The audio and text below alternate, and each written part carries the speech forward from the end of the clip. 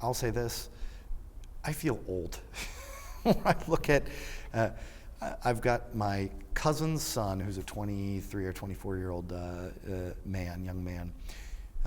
He's living with me, working in Japan, soon gonna move out, but I see him every day sit there and just watch YouTube videos of games, of people screaming at gameplay, and I mean, that's the comedy, but that's the running thread for how these people consume content. And I just look at it and I'm like, man, I feel so old. And yet I'm smart enough to know that's the future. So when I advise clients and stuff, I try to get them to bake in those key hooks. You know, Twitch is just now starting to pick up speed in Japan. Before they had a different format for sharing video content, but trying to tell Japanese creators, you know, you need to worry about Twitch integration. You need to think about how you're going to work with influencers like YouTube and Twitch.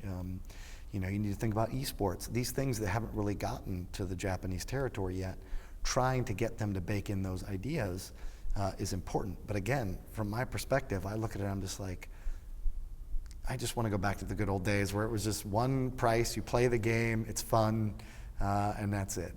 So, you know, I definitely see that there will be potentially a world where the sort of games I like are no longer being created.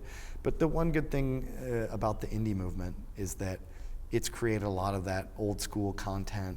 One of the people I work with, Koji Igarashi on Bloodstained, you know, those were the sort of games that I loved. Obviously, that crowdfunding campaign got funded to the tune of $5.5 million, so there are a whole bunch of people that feel just as passionate as I do for being able to play that sort of game. So I guess the one takeaway is this. Yeah, the world's changing, gaming is changing. How you build out a game for the future, you need to think about these trends when you do it. But don't forget, there's a wide demographic of different people that like different games, and you can't forget your fan base.